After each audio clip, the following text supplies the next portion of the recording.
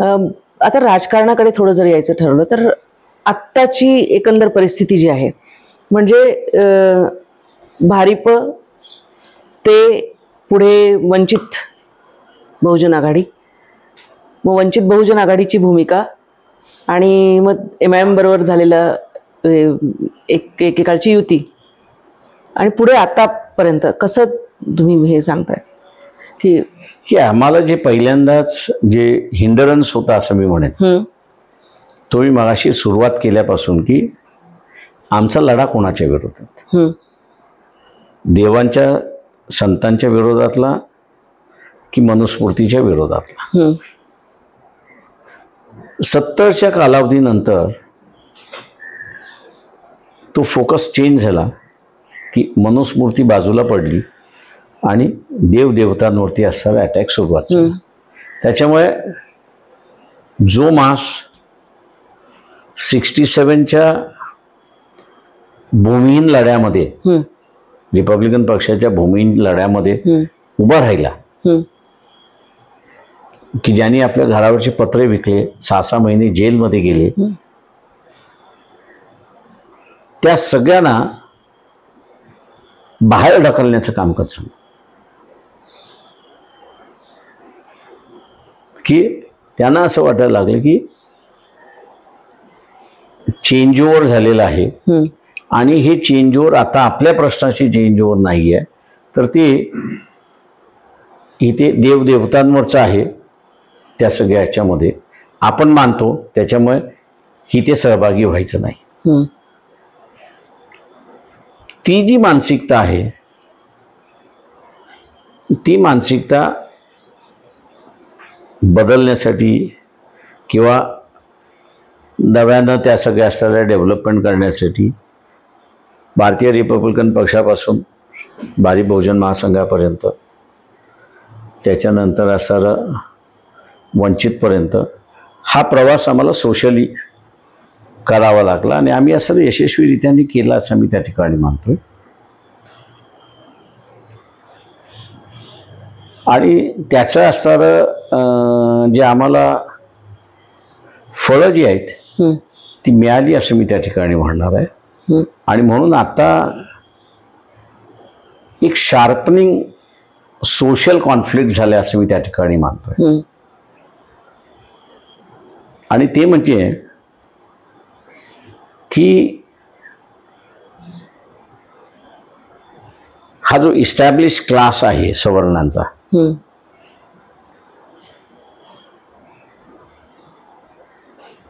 स्वतःची हेजेमनी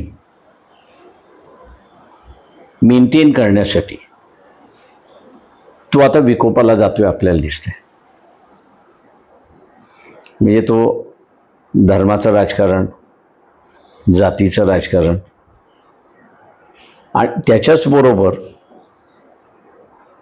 ज्यांच्यावरती आपण हेजेमनी राबवलेली आहे तो आता आपल्याला चॅलेंज करायला लागलेला आहे. तर त्याचं चॅलेंज मोडण्यासाठी त्यांनी आर्थिक नीतीमध्ये बदल करण्यात आला म्हणून प्रायव्हेटायझेशन आलं. दुसऱ्या बाजूस आरक्षणावरती आता अटॅक आपल्याला सर्व त्या ठिकाणी दिसतोय. म्हणजे हे जे दोन मार्ग आहेत ते सोशल बदल करणाऱ्या समूहाला एक स्टेबिलिटी देतात, त्यांना आधार देतात. तेव्हा हा आधार संपला पाहिजे म्हणून आत्ताचं राजकारण आपल्याला दिसतंय. शार्पनेस आत्ता आपल्याला असणारं यायला दिसेल की पुन्हा मराठा आरक्षणाच्या संदर्भातलं आणि जरांगे पाटील यांची असणारी मागणी की ओबीसीतून आम्हाला असणारं आरक्षण मिळालं पाहिजे. ओबीसीचं म्हणणं आहे की आम्ही मराठा समाजाला आमच्यामधून आरक्षण घेऊ देणार नाही. टोकाची भूमिका आलेली आहे. बरोबर. आणि त्या ह्याच्यामध्ये पुन्हा मराठा लिडरशिप आपल्याला वेगवेगळी दिसते. ही सगळी मराठा लिडरशिप जी आहे ती जरांगे पाटील यांच्या बाजूने उभी राहते. हम्म. नवीन निवडून आलेले सगळे आमदार खासदार खासदार हे सगळे खासदार जरांगे पाटलांच्या पाया पडून आले. म्हणजे एका प्रकारचं की तुम्ही जे केलं त्याच्यामुळे आम्ही जिंकलो जिंकलो. असा असणारा मेसेज त्या ठिकाणी गेला. त्याच्यामुळे ज्या गोष्टी टाळल्या पाहिजे होत्या, जात आणि धर्माचं राजकारण, तेच आता पुढे जाताना आपल्याला त्या ठिकाणी दिसतंय. सध्याच्या महाराष्ट्रामध्ये जातीय अस्मिता या खूप टोकदार झालेल्या आपल्याला दिसून येतात. मराठा ओबीसी संघर्ष हा गावागावामध्ये जो एक काही काळ तसा नव्हता असं म्हणायला पाहिजे, फार टोकदार नव्हता, तो आता जास्त तीव्र झालेला आहे. पूर्ण तीव्र झालेला आहे, पूर्णपणे तीव्र झालेला आहे. आणि या इलेक्शनमध्ये मी असं म्हणेन की जेवढे अनालिसिस येतात आहेत फेल झाले तर आश्चर्य मानू नये.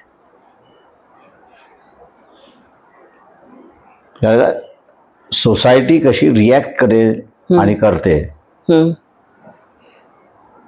याचा जोपर्यंत तुम्हाला अंदाज येत नाही तोपर्यंत ह्याला एवढे मिळतील, ह्याला एवढे मिळतील, ह्याला एवढे म्हणून असं म्हणणं काही अर्थ नाही असं मी त्या ठिकाणी मानतो. मला असं वाटायचं की पूर्वी हे फक्त शहरापुरतं म्हणजे ग्रामीण भागापुरतं मर्यादित आहे, पण शहरी भागामध्ये सुद्धा आपण ज्यावेळेस बसतो त्यावेळेस सायलेंट वेव्ह आहे. आणि ती कोणाच्या बाजूने? ते सायलेंट वेव्ह अशी आहे की ओबीसीने असं वाटते की माझे अधिकार जाता कामा नये. पण घटनात्मक विचार केला तर ते जाणंही शक्य नाही ना तसे. ते त्याला आता जसं मी असं म्हणेन की एक 4-5 वर्षापूर्वी ही भावना होती त्याच्यामुळे कोणी बॉदर करत. बरोबर. पण जिथून सुप्रीम कोर्टाने इम्पेरिकल डेटा नाही हो म्हणून पॉलिटिकल रिझर्वेशन ओबीसीचं थांबवलेलं आहे, तो इम्पेरिकल डेटा आला त्या बघून मग त्या प्रमाणात तुम्ही लागू करा असं जे झालेलं आहे. आणि 5-7 वर्ष त्याच्यावरती काहीच निकाल होत नाहीये. तेव्हा उद्याच्या विधानसभेनंतर शिक्षण आणि सर्व्हिस याच्यामध्ये पुन्हा हाच फॉर्म्युला वापरला जाईल याची भीती ओबीसीच्या मनामध्ये आहे. आणि मग त्यामुळे ओबीसीची जागृती व्हायला सुरुवात झाली की आपण आता आपलं अस्तित्व दाखवलं पाहिजे. पॉलिटिकल पार्टीचा विचार जर केला आपण तर बीजेपी असेल, काँग्रेस असेल, एनसीपी असेल, उद्धव ठाकरेंची सेना असेल किंवा एकनाथ शिंदेची सेना असेल, ही कोणीही उघडपणे आम्ही कोणाच्या बाजूने आहोत किंवा आमचा नवीन फॉर्म्युला काय हे मांडायला तयार नाहीत. आत्ताच्या असणाऱ्या परिस्थितीमध्ये जी क्लिअर कट भूमिका जरांगे पाटील यांची जी मागणी आहे की मराठा समाजाला ओबीसीतून आरक्षण द्यावं, याला विरोध करणारं वंचित बहुजन आघाडीच. बरोबर. पण तुम्ही जाऊन जेव्हा भेटलात जरांगेंना आणि तुम्ही तेव्हा हेही म्हणालात की जरांगेंनी निवडणूक लढवावी, सगळ्या जागा लढवाव्यात, तेव्हा तुमची आणि त्यांची नेमकी चर्चा काय झाली होती? ते माझी चर्चा हीच त्यांना झाली होती की तुम्ही ही जी मागणी मान्य मागताय ही मान्य होणार नाही एवढं लक्षात घ्या. बऱ्याच जणांना हे माहिती नाहीये की 78 मध्ये मंडल कमिशन ज्यावेळेस स्थापन झालं त्यावेळेस शशिकांत पवार मराठा महासंघाचे नेते होते. त्यांनी आणि अनेक जणांनी कमिशनला रिप्रेझेंट केलं होतं की मराठा समाजाला सुद्धा ओबीसी मध्ये आरक्षणामध्ये घ्यावं. त्यावेळेसच्या पॅरामीटरच्या लक्षात घेताना मंडल कमिशनने मराठा याला असणारं आरक्षणामध्ये घेतलं नाही. कुणबींच्या संदर्भात त्यांनी जळगाव आणि कोकण याच संदर्भातच त्यांनी असणारा पॉझिटिव्ह निर्णय त्या ठिकाणी दिला होता. तेव्हा मी त्यांना असं समजावून सांगितलं की तुम्ही ओबीसीच्या ह्याच्यामध्ये जे मागताय ते तुम्हाला शक्य होणार नाही, कारण त्याच्यातल्या अनेक पॅरामीटर्स ह्या तुम्हाला लागू होत नाही. बरोबर. जसं ओबीसीनं चप्पल घालून येता येत नाही, ती बाब म्हटलं तर गरीब किंवा श्रीमंत मराठा होय त्याला लागू होत नाही. त्याच्यामुळे या पॉइंटवरती तुमची पुल्ली मारल्या जाईल.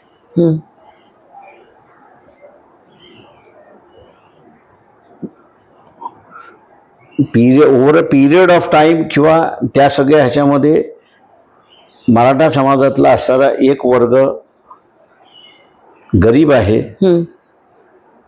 त्याला शासनाची मदत आहे, बरोबर आहे, पण तुम्हाला वेगळ्या रीतीने मागावं लागेल. त्यावेळेस त्यांचं असं एक आलं की असं कुठल्याही पद्धतीने मिळालं तरी चालेल. आणि म्हणून आम्ही त्यांना म्हणाल की हे तर तुम्हाला करायचं असेल तर तुम्हाला राजकारणामध्ये यावं लागेल. आजही मी त्यांना असताना म्हणतोय की आम्ही त्यांच्या आरक्षणाला विरोध करत नाही. आम्ही विरोध कशाला करतोय? ओबीसी मधून. तुम्ही ओबीसी मधनं तुम्ही हे करताय आणि शासनाने जे 55 लाख सर्टिफिकेट वाटप केले त्यांचा आमचा विरोध आहे. ज्याला पाहिजे तो करेल ना, तो सिद्ध करेल ना. मी आरक्षणाच्या सगळ्या नॉर्म्समध्ये बसतो, त्याला शासन देईलच. शासन कशाला तिथे असं हे करतंय? तेव्हा ह्या दोन्ही ज्या आहेत 55 लाख सर्टिफिकेट इश्यू केले त्यांना आमचा असणारा विरोध आहे आणि ओबीसीच्या कोट्यातून मराठा समाजाला आरक्षण द्यावं त्याचाही आम्हाला असणारा विरोध आहे. वेगळं आरक्षण मी त्याही वेळेस आजही म्हणतो की हे आरक्षण द्यायचं असेल तर वेगळ्या पद्धतीने आरक्षण त्या ठिकाणी देता येईल, त्याला काही हे नाहीये.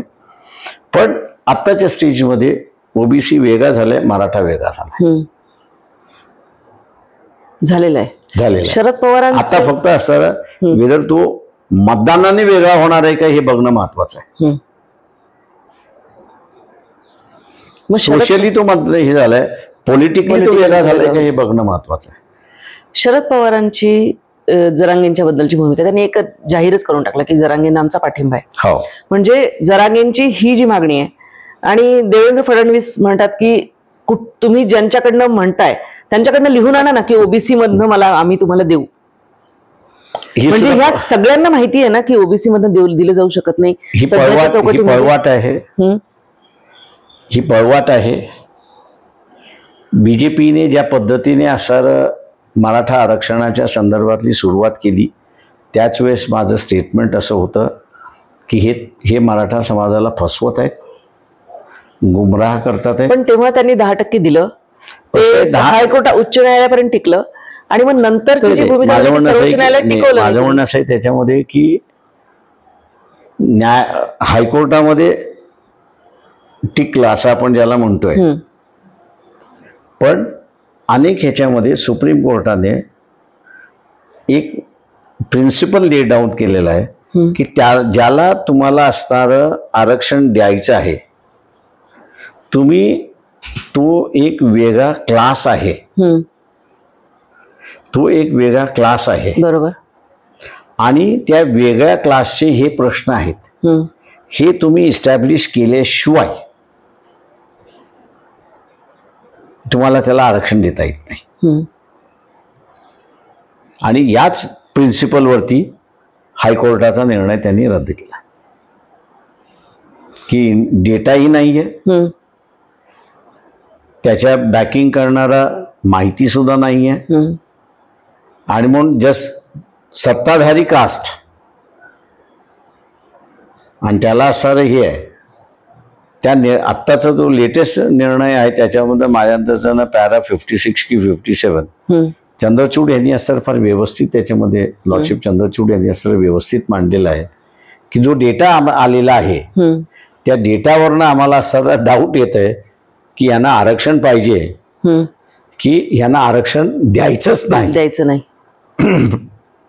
आणि म्हणून अशा पद्धतीचा असणारा डिफेक्टिव्ह डेटा किंवा मॅन्युप्युलेटेड डेटा हा आमच्या पुढे मांडतात आहेत. तर ही टेलिंग स्टोरी आहे असं मी त्या ठिकाणी मानतोय. पण मग आता हे जे एक परिस्थिती आली परत त्याच्यामध्ये छगन भुजबळ गंमत म्हणजे असे की छगन भुजबळ हे ओबीसींचे नेते म्हणून उभे राहिले, हाके ओबीसींचे नेते म्हणून उभे राहिले. छगन भुजबळ पवार साहेबांना जाऊन भेटले. म्हणजे एक सरकारने एक पाऊल उचललं होतं की सगळ्यांनी विरोधी पक्षांनी सुद्धा बैठकीला यावं. तेव्हा पवार साहेब म्हणले की आधी काय झालं आम्हाला माहित नाही, आम्ही येणार नाही, येणार असा निरोप होता, कोणी गेलं नाही. आणि त्यानंतर भुजबळ त्याच बैठकीमध्ये मी सुद्धा होतो आणि म्हणून आम्ही त्या बैठकीमध्ये जे आले नाही आहेत हो त्या सगळ्यांकडून असं लेखी घ्या की तुमचा जरांगे पाटील यांना पाठिंबा आहे की जरांगे पाटील यांच्या मागणीला विरोध आहे. बरोबर. आणि त्याच्यानंतर असताना ह्या इश्यूला एक शार्पनेस आला की ज्याच्यामध्ये स्वतःला राजकीय नेते म्हणतात पण पॉलिटिकल निर्णय घेण्याची हिंमत नाही आणि ताकद नाही. ते भारतीय जनता पक्षामध्ये तर नव्हतीच, ती येणारही नाही. मला असं वाटलं होतं की मराठा लिडरशिप ही मार्शल लिडरशिप आहे आणि म्हणून कदाचित या मार्शल लिडरशिपमध्ये निर्णय घेण्याची क्षमता असेल आणि ताकद असेल. क्षमता आहे तर आहे पण ती बोलण्याची ताकद नाही, हे दुर्दैव आहे. म्हणजे एवढ्या दिवसानंतर शरद पवार काल की परवा त्यांनी असं म्हटलं की जरांगे पाटील यांची मागणी बरोबर आहे आणि त्याला आमचं समर्थन आहे. हो, याचे परिणाम काय बघता तुम्ही? मी असं म्हणेन की कुठल्याही निर्णयामध्ये जमेची बाजू असते आणि मायनसची बाजू असते. कदाचित मायनसची बाजूही असेल असं मी त्या ठिकाणी मानतो, पण निर्णय घेणे हा सगळ्यात महत्वाचा आहे. म्हणजे पवार साहेब जरांगेंच्या आंदोलनाच्या मागे आहेत असं जे बोललं जात होतं ते आता उघडपणे त्यांनी सांगितलं की आम्ही पाठिंबा देतोच आहोत. हो, आता त्यांचा पाठिंबा आहे हे बरोबर आहे. आता माझं म्हणणं असं आहे की इथल्या ओबीसीवरती अवलंबून आहे की शरद पवार यांची असणारी भूमिका, म्हणजे शरद पवार एनसीपी शरद पवार त्यांची भूमिका आलेली आहे, म्हणजे तुतारीची भूमिका आली असं मी त्या ठिकाणी म्हणेन. त्याच्याच बरोबर मशालीची सुद्धा भूमिका आली उद्धव ठाकरे यांची की तुम्ही मोदींकडे जा, जागा वाढवून घ्या आणि जागा वाढवून घेतल्यानंतर तुमच्या कोट्यामधून मराठ्यांना आरक्षण द्या. त्याच्यामुळे त्यांचंही जरांगे पाटील यांना असा पाठिंबा आहे. आता राहिलं काँग्रेस भूमिका माझं म्हणणं शेवटपर्यंत घेणारच नाही.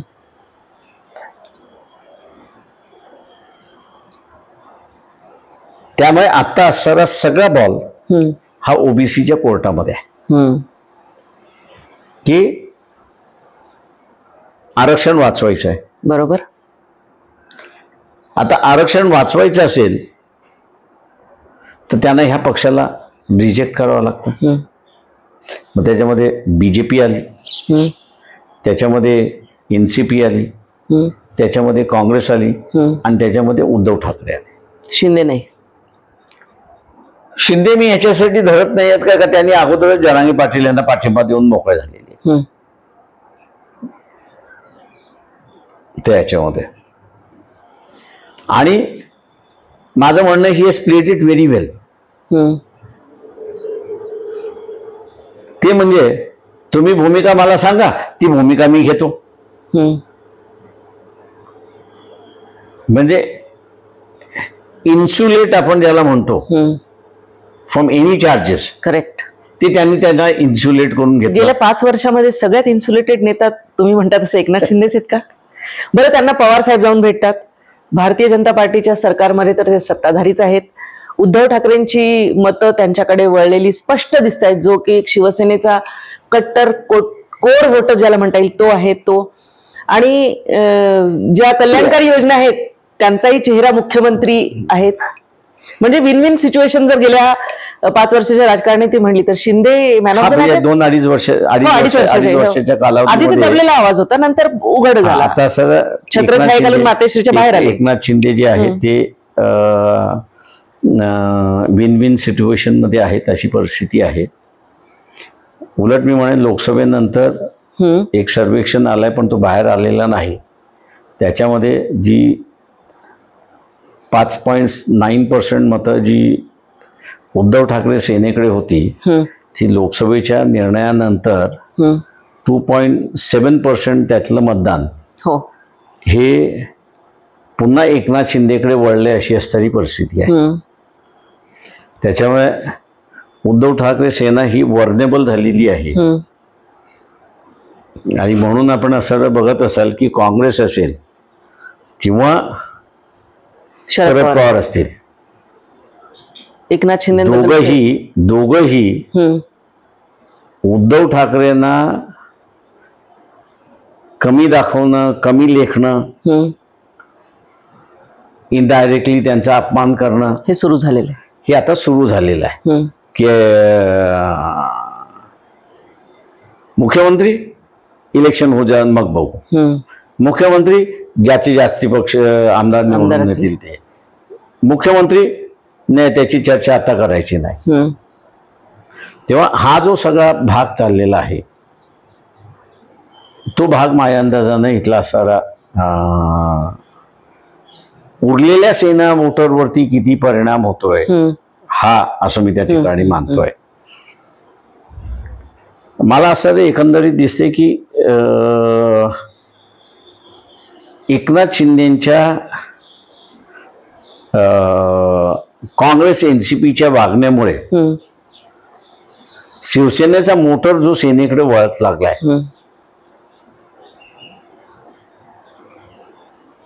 त्यामुळे बीजेपी आता एकनाथ शिंदेला सुद्धा घाबरायला लागलाय का, अशी असणारी परिस्थिती आहे. बरोबर.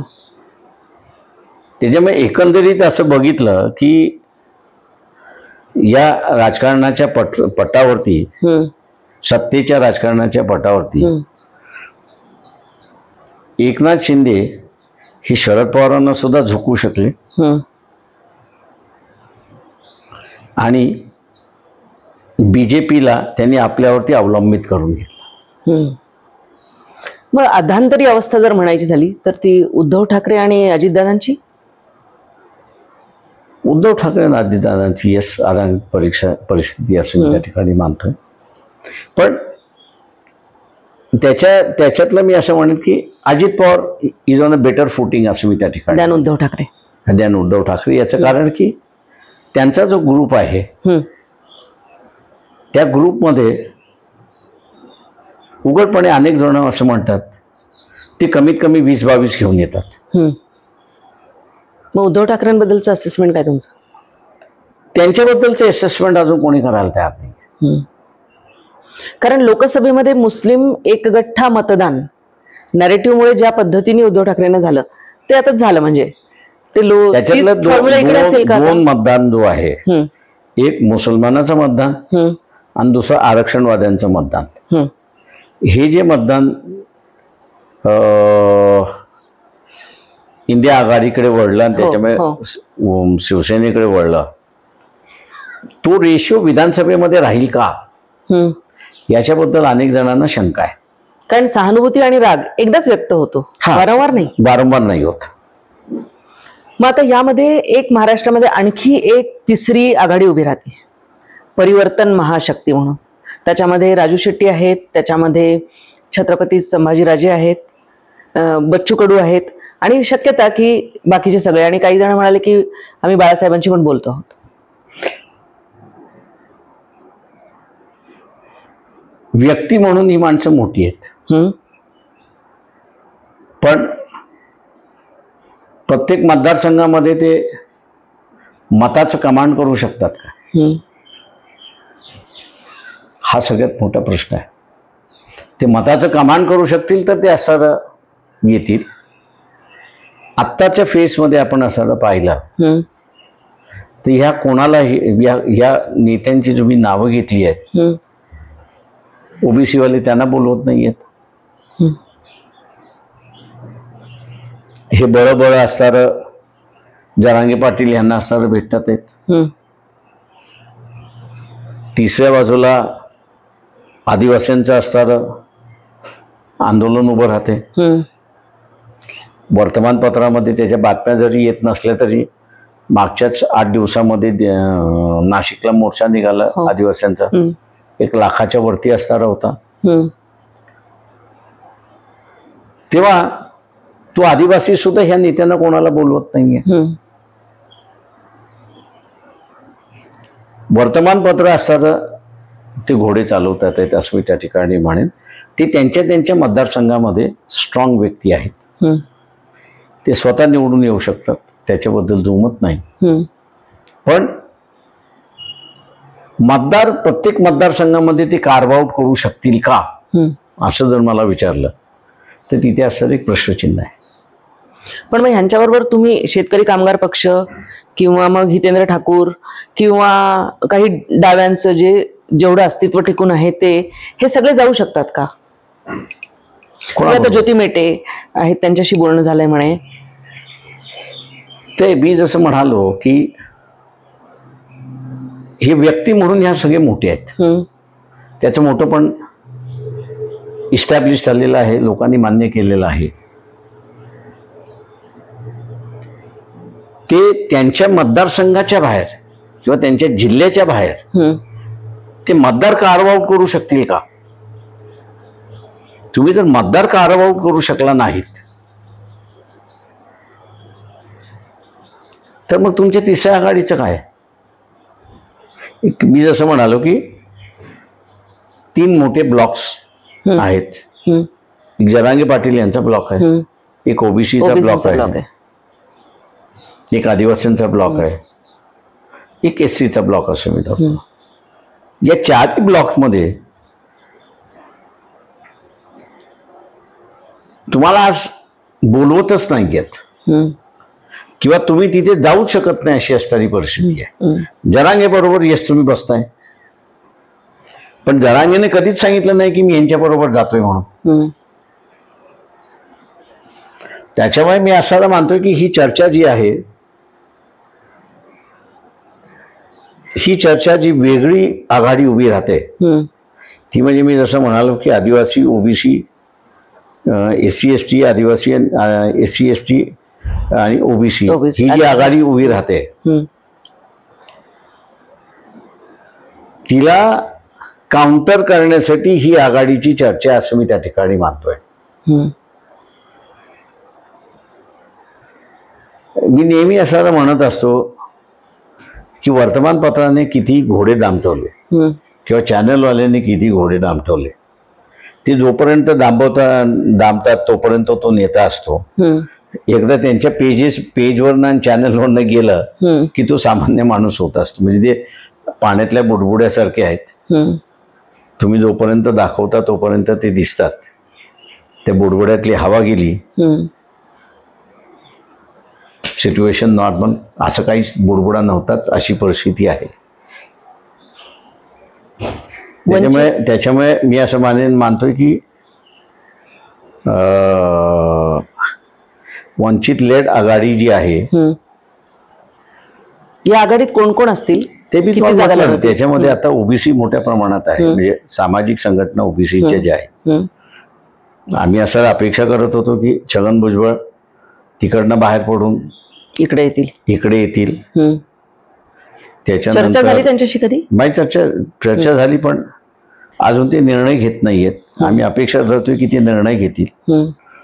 त्याच्यानंतर असणारा मुंडे आहेत, तेही असणारा निर्णय घेतील असं आम्ही अपेक्षा धरतोय, पण अजून त्यांनी निर्णय घेतलेला नाही. तेव्हा उरलेले जे सोशल ऑर्गनायझेशन्स आहेत ओबीसीच्या, यांनी जिल्ह्या पातळीवरती आपला सर्व वर्किंग रिलेशन्स उभं केलेलं आहे. आणि आपण जिल्ह्यापुरतं तरी असणारं आपलं व्ह्यूज आणि ते वंचितच्या माध्यमातून आपण असं केलं पाहिजे, असं एक मोठ्या प्रमाणात आलेलं आहे. आणि मी जसं म्हणालो की 30 तारखेला चोपड्याला आदिवासींची सत्ता संपन्न परिषद आहे, 2 तारखेला मनमाडला आहे आणि 6 तारखेला ती नागपूरला आहे. तेव्हा त्यांचा एका बाजूला लढा की ज्याच्याशी यांचा काही संबंध नाही. बरं, आम्ही त्याच्यामध्ये असं 2 गोष्टी सजेस्ट केल्या होत्या की तुपकर जे आहेत ते आणि राजू शेट्टी जे आहेत, त्यांनी सेन्सिबल जर भूमिका घेतली तर आम्ही त्यांच्याबरोबर बसायला तयार आहोत. पण ती जी आघाडी करायला बघतात आहेत, इट्स अ नॉन फंक्शनल आघाडी. ती टेक ऑफ करू शकत नाही. त्याच्यामुळे आम्ही त्यांना म्हटलं की तुम्ही राजकारणामध्ये दोन गोष्टी आहेत. एक तर तुमच्याकडे आमदार पाहिजेत तुम्हाला टिकायला, तुमच्याकडे आमदार नसतील तर तुमच्याकडे मतदान पाहिजे हे टिकायला. तेव्हा राजू शेट्टी आणि तुपकर आम्ही असं त्या दोघांना हेच सांगितलंय की तुम्ही आमदार होऊन ही चळवळ टिकवा शेतकऱ्यांची. आता पाहू ते काय निर्णय घेतात. MIM बरोबरचा काही निर्णय होऊ शकतो? नाही होऊ शकत. आता निघून आलात तुम्ही. अभिया सर त्या सगळ्या ह्याच्यामध्ये आमचा जो ओबीसीचा जो कार्यकर्ता आहे तो असं म्हणतोय की आपण डायरेक्ट मुसलमानांशी बोलायचं. बर, पक्षाला मध्ये घ्यायचं का? पक्षाला मध्ये घ्यायचं नाही, कारण का त्यांचं वर्तनच असं आहे की स्वतः निवडून येतात आणि ज्यावेळेस सामुदायिक सगळेजण निवडून त्यावेळेस ते पळून जातात. म्हणजे हा जो अनुभव आलेला आहे त्यांना MIMचा, ते म्हणतात नाही आपण डायरेक्ट मुसलमानांशी बसायचं आणि बोलायचं. म्हणजे आजच्या घडीला आपण जेव्हा बोलतो आहोत, तुम्ही जवळपास 13 ठिकाणी जागा उमेदवार 11 आमचे आणि दोन हे एक गोंडवाना पार्टी आणि एक भारत आदिवासी पार्टी, चोपडा आणि रामटेक, हे 2 उमेदवार आम्ही असं त्या ठिकाणी जाहीर केलेले आहेत. बरोबर. 30 तारखेपर्यंत माझ्या अंदाजानं हे जे आदिवासी उमेदवार जे आहेत, म्हणजे आदिवासी मतदारसंघ जे आहेत त्याचा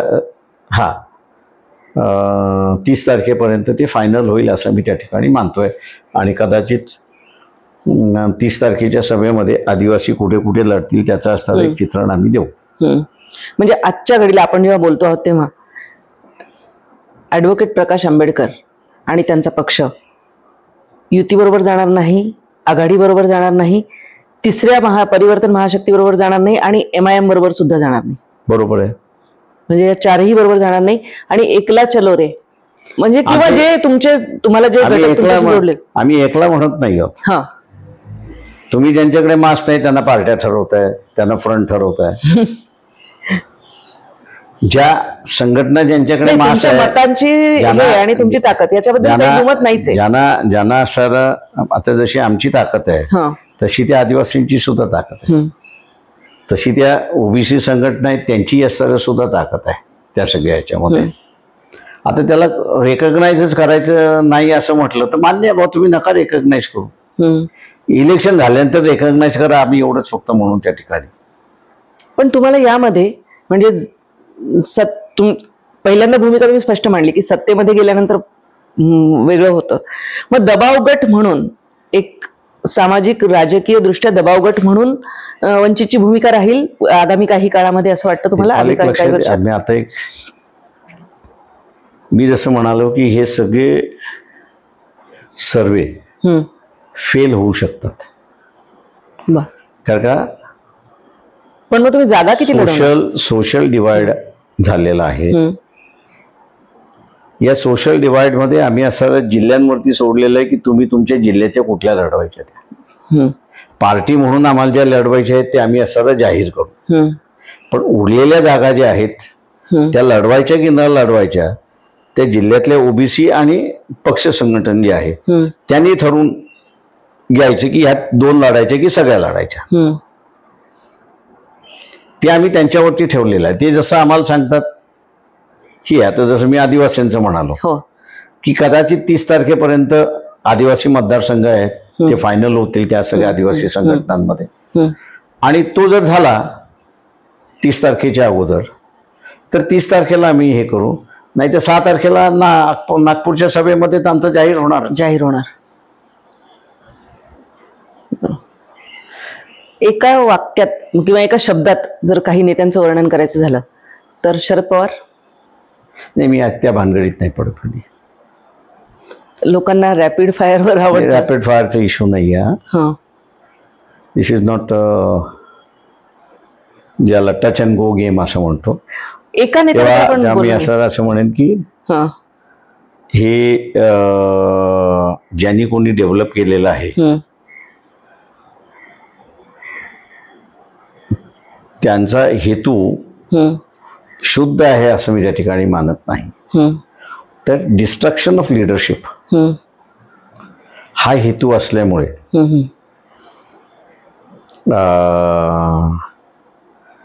माणूस एका कुठल्या तरी कृतीने जज करणं हे चुकीचं आहे. त्याचं ओव्हरऑल ओव्हरऑल तुमचं आकलन जे आहे शरद पवारांबद्दल ते तुम्ही तसं स्पष्ट केलं की पुरोगामी म्हणतात परंतु पुरोगामी नाहीये. आपण एका नेत्याबद्दल मुळीच बोललेलो नव्हे. ते तेवढे एक शेवटचं म्हणजे मी त्याच्याबद्दलच असं म्हणेन की प्रत्येकाची स्वतःची असणारी एक फिलॉसॉफी असते. आता ती फिलॉसॉफी पटली पाहिजे असंही म्हणणार नाही. लोकांना जे पटतं ते लोक करतात. त्याच्यावरती आपण जजमेंट द्यावं असं मी कधीच मानलेलं नाहीये. मनसेची भूमिका काय राहील? कारण राज ठाकरे आणि मनसे याबद्दल आपण मुळीच बोललेलं नाही. ते पक्ष आहे, इलेक्शन लढवलं. तुम्ही पक्ष स्थापन कशासाठी करता? ते इलेक्शन लढवण्यासाठी करता. पक्ष स्थापन तुम्ही इलेक्शन लढवलं नाही तर मी म्हणेन इट्स अ न्यूज. पण पक्ष स्थापन आम्ही इलेक्शन लढवणार इट्स अ नॉर्मल न्यूज माझ्या दृष्टीने. त्याच्यामुळे इलेक्शन लढतील की न लढतील याच्यापेक्षा आता त्यांनी जाहीर केलंय तर आपण त्यांच्यावरती विश्वास ठेवा की ते इलेक्शन लढवतील. आणि त्यांनी माझ्या अंदाजानं एक लिस्टही त्यांची जाहीर केली 11 की 12 जणांची. त्याच्यामुळे इंटेन्शन इज व्हेरी क्लिअर की ते कॉन्टेस्ट करणारच आहे. यावेळी कॉन्टेस्ट करणार आहेत आणि कोणाबरोबर जातील असं आत्ता दिसत नाही.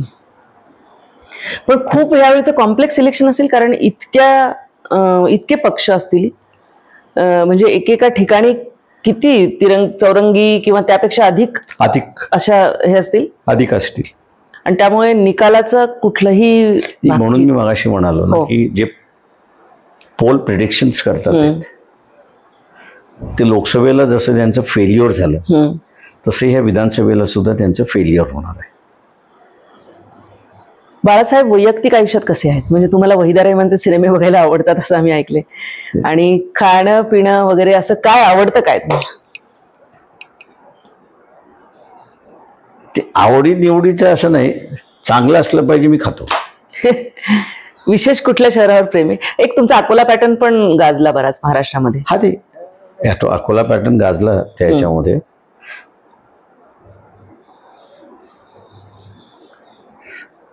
असं कुठल्याही शहराचं फॅसिनेशन नाही आहे. हा पण मुंबई हे शहर आवडतं असं म्हणेन. कारण त्याचं जी वृत्ती आमचीही झालेली आहे त्याच्यामुळे अपने से कोई बरा नाही ती त्या शहराची वृत्ती आहे. त्याच्यामुळे तुम्ही गेल्या 10-15 वर्षामध्ये एकाही फ्लायओव्हरचं उद्घाटन तुम्हाला पाठीही दिसणार नाही. बांधलत ना चला बाजूला मुझसे कोई बरा नाही, गाडी गेली चालू उद्घाटन. त्याच्यामुळे असं त्या शहराचं ते ही जी ॲटिट्यूड आहे की मुझसे कोई बरा नाही. चालेल, थँक्यू. खूप विस्ताराने चर्चा केली बाळासाहेब, धन्यवाद. कारण तुम्हाला इतकं निवांत भेटायचं होतं अनेक दिवसांपासून आणि आपली बऱ्याचदा चर्चाही झाली. तर आपण ॲडव्होकेट प्रकाश आंबेडकर यांना ऐकत होतो. यावेळी जे संदिग्धपणे स्पष्ट झालेलं आहे की या 4 पैकी कुठेही जाणार नाहीयेत. त्यांचा स्वतंत्र लढा असणार आहे आणि आदिवासीची एक ताकद, त्यांचीही जुळवाजुळव, त्यांनाही एकत्रित आणण्याचं प्रयत्न त्यांचे सुरू आहेत. बघूया काय होईल ते आपल्याला निवडणुकीच्या वेळी आणि त्या आधी जसे बदल होत जातील त्यामध्ये निश्चितच कळणार आहे. तुमच्या काही सूचना असतील, तुमच्या काही कॉमेंट्स असतील त्या अवश्य कळवा. तुमचे प्रश्न असतील तेही कळवा आणि चॅनलला सबस्क्राईब करायला विसरू नका. धन्यवाद. खूप खूप आभार.